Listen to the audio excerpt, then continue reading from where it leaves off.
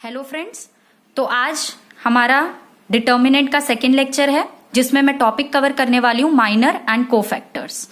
हमने अपने last lecture में देखा था कि हम डिटर्मिनेंट की वैल्यू कैसे फाइंड आउट करते हैं। उसमें हमने ऑर्डर 1, ऑर्डर 2 एंड ऑर्डर 3 देखा था, बट शायद ऑर्डर 3 देखने में आपको कुछ कंफ्यूजन हुई होगी कि कब प्लस है कब माइनस है, राइट। तो मैं अपने इस वीडियो में आपका ये क्लियर कर दूंगी कि कब प्लस लगेगा कब माइनस लगेगा। तो माइनर एंड कोफैक्टर की हम बात करते हैं तो जब भी डिटर्मिनेंट हमारा जो होता है, हमारा जो मैट्रिक्स होता है वो ऑर्डर 3 या 3 से ज्यादा होता है, यानी कि जो स्क्वायर मैट्रिक्स होता है। क्योंकि मैंने आपको पहले भी बताया था कि डिटर्मिनेंट हम कब निकाल सकते हैं, जब हमारा मैट्रिक्स क्या हो, स्क्वायर मैट्रिक्स हो, राइट।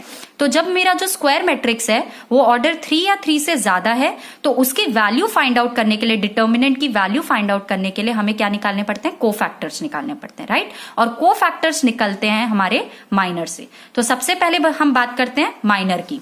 माइनर को हम डिनोट करते हैं MIJ से। आई क्या होता है हमारा, रो, जे होता है हमारा कॉलम।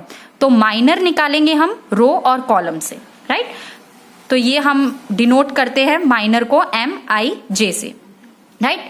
अब माइनर के लिए क्या करते हैं हम, जिस भी एलिमेंट का हमें माइनर निकालना होता है उस एलिमेंट के लिए हम मैट्रिक्स का वो रो और वो कॉलम को रिमूव कर देते हैं, राइट। एक एग्जाम्पल से समझते हैं। जैसे कि मेरा मैट्रिक्स ये है, अब मुझे इसका माइनर निकालना है, राइट। अब जैसे लेते हैं कि माइनर मेरे को निकालना है माइनर 1 2, यानी 1 क्या हो गया मेरा रो और 2 क्या हो गई मेरी कॉलम, ओके।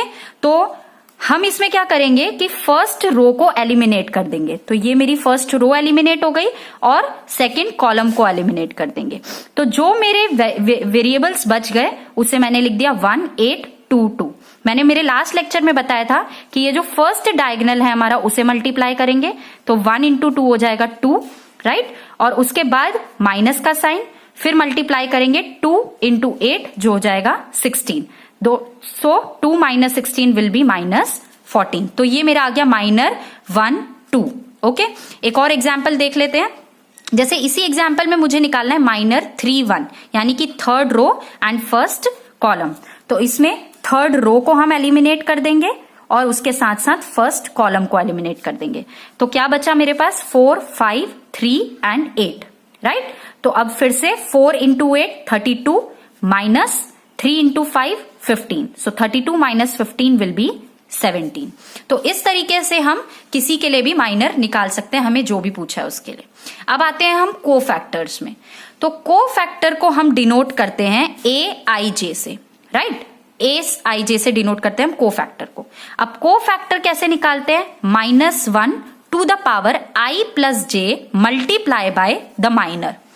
तो इसका मतलब क्या हुआ, जैसे A है, मतलब अगर मुझे बोला है कोफैक्टर निकालना है of first row and second column, तो उसके लिए क्या करेंगे, पहले -1 लिखा मैंने, -1 के ऊपर I प्लस J, I है मेरा 1 और J है मेरा 2, राइट। तो 1 प्लस 2 मल्टीप्लाई बाय मैं करूंगी उसका माइनर, यानी 1 और 2 का माइनर जो हमने यहां पे निकाला है। माइनर ऑफ 1 2 कितना निकाला, -14।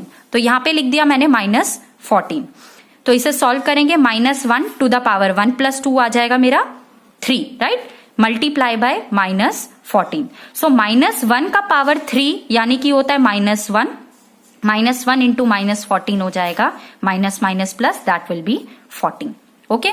ऐसे ही कोफैक्टर अगर मुझे A31 निकालना है, राइट, तो -1 3 प्लस 1 करेंगे और मल्टीप्लाई कर देंगे माइनर से 31 के, जो कि है मेरा 17, राइट। तो यहाँ पे मैंने 17 से उसे मल्टीप्लाई किया। अब -1 टू द पावर 4 हो गया, यानी ये वैल्यू क्या हो जाएगी, पॉजिटिव हो जाएगी। तो +1 मल्टीप्लाई बाय 15 हो जाएगा मेरा 17। तो इस तरीके से हम निकालते हैं कोफैक्टर्स। तो इस फॉर्मूला को आपको याद करने की वैसे जरूरत नहीं है, तो आप उसको बहुत सिंपली याद कर सकते हैं। जैसे कि अगर मेरा I plus J odd value बन रही है, यानी कि 1 प्लस 2 3 बन जाएगा, या 1 प्लस 4 करते हैं तो 5 बन जाएगा, राइट। तो ये ऑड वैल्यूज हो गई। तो ऑड वैल्यूज के लिए आपका 1 की वैल्यू यानी वैल्यू हो जाएगी नेगेटिव, और जब I प्लस J आपको ऐड करने पे इवन वैल्यू मिलती है, जैसे कि 1 प्लस 1 हो गया, 1 प्लस 3 हो गया, राइट, 1 प्लस 5 हो गया। तो ये सारी वैल्यूज आपको पॉजिटिव मिलेंगी, मतलब इवन वैल्यू मिलेगी। तो इसका आंसर आपका आएगा पॉजिटिव। इसका मतलब और बहुत सिंपल तरीके से हम ये देख सकते हैं कि जब मेरा माइनर यानी कि जब मेरी वैल्यूज पॉजिटिव होंगी, राइट, तो मेरा जो भी माइनर होगा वही मेरा कोफैक्टर भी होगा। ओके, और जो अगर मेरा i प्लस जे ऑड आता है तो जो भी मेरा माइनर होगा उसका नेगेटिव मेरा कोफैक्टर हो जाएगा। ठीक है, तो इससे भी बहुत सिंपली आप इस चीज को याद कर सकते हैं कि अगर जैसे मेरा माइनर मतलब मेरा डिटर्मिनेंट, मेरे को वैल्यू फाइंड आउट करनी है किसी भी कोफैक्टर की, for an example first row और फर्स्ट कॉलम को लेके, यानी कि 1+1 यानी कि वो वैल्यू आ रही है इवन, तो इवन के लिए आपका कोफैक्टर भी वही आएगा जो आपका माइनर आया है। ऑन द अदर हैंड अगर आपका माइनर मतलब अगर मुझे निकालना है फर्स्ट रो और सेकेंड कॉलम, राइट, तो 1+2 हो जाता है आपका 3, यानी कि जो भी आपकी मेजर की माइनर की वैल्यू आएगी तो उसका नेगेटिव हो जाएगा आपका कोफैक्टर। ओके, एक और इजी तरीका है आपको लर्न करने के लिए, अगर आपको वो चीज भी समझ में नहीं आ रही है, राइट, तो यहां वाली जो वैल्यू होगी वो आपकी पॉजिटिव होगी, फिर नेगेटिव, फिर पॉजिटिव, फिर यहां पे negative positive negative positive negative positive.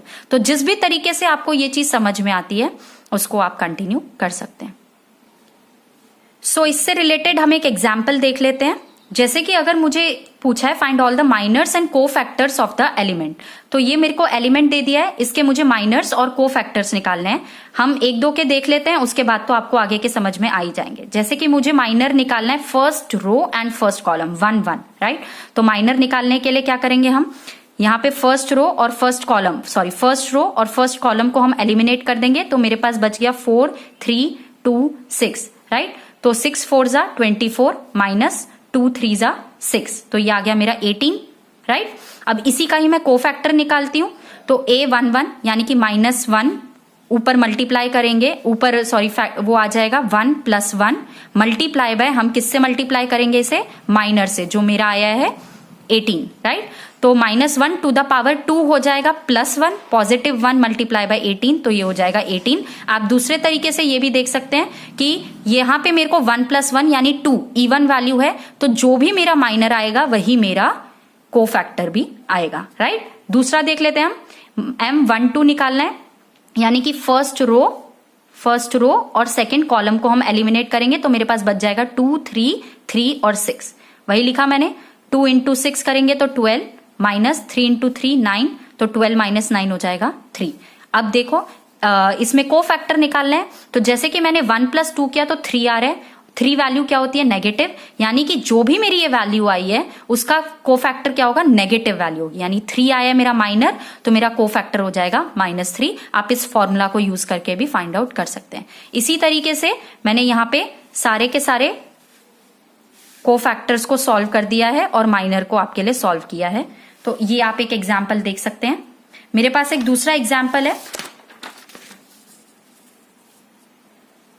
जिसमें आपको write the cofactors of elements of the second row, यानी कि आपको सिर्फ सेकेंड रो के कोफैक्टर्स ही फाइंड आउट करने हैं और उसके बाद डिटर्मिनेंट की वैल्यू निकालनी है, राइट।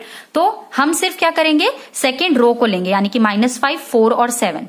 तो पहले क्या करूंगी, मैं इनके कोफैक्टर्स निकाल लूंगी, ठीक है। तो पहले अगर मैं इसके लिए A21 के लिए कोफैक्टर निकालती हूँ, यानी कि सेकेंड रो और फर्स्ट कॉलम एलिमिनेट हो गया, तो बच गए मेरे पास 3 4 -8 और 10, और इसकी हेल्प से मैंने निकाला। फिर ऑब्वियसली 2 + 1 3 होता है, यानी कि नेगेटिव वैल्यू ऑड हो गया, यानी कि नेगेटिव वैल्यू आ जाएगी, फाइन। इस तरीके से मैंने तीनों के कोफैक्टर्स निकाल लिए। ओके, अब मुझे क्या बोला है, डिटर्मिनेंट निकालना है। अब हमने हमारे लास्ट वीडियो में देखा था कि डिटर्मिनेंट को कैसे निकालते हैं, राइट। तो इसे मैं इसमें एक्सप्लेन कर देती हूँ कि जैसे ये डिटर्मिनेंट मुझे निकालना है, राइट। तो पहले हमें बोला है कि सेकेंड रो लेनी है, राइट। तो -5 4 और 7 है मेरे सेकेंड रो में, तो वही मैंने लिए।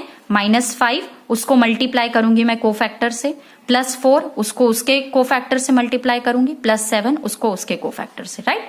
तो -5 multiply by 62, +4 multiply by 8, +7 multiply by 25, और इसे सॉल्व करेंगे तो हमारे डिटर्मिनेंट की वैल्यू आ जाएगी। वैसे मैंने आपको पहले भी क्लियर किया था कि आप डिटर्मिनेंट की वैल्यू किसी भी रो या किसी भी कॉलम से फाइंड आउट कर सकते हो, क्योंकि आप कोई भी रो को सॉल्व करोगे या आप कोई भी कॉलम को सॉल्व करोगे तो आपकी वैल्यू सेम ही आएगी। Thank you.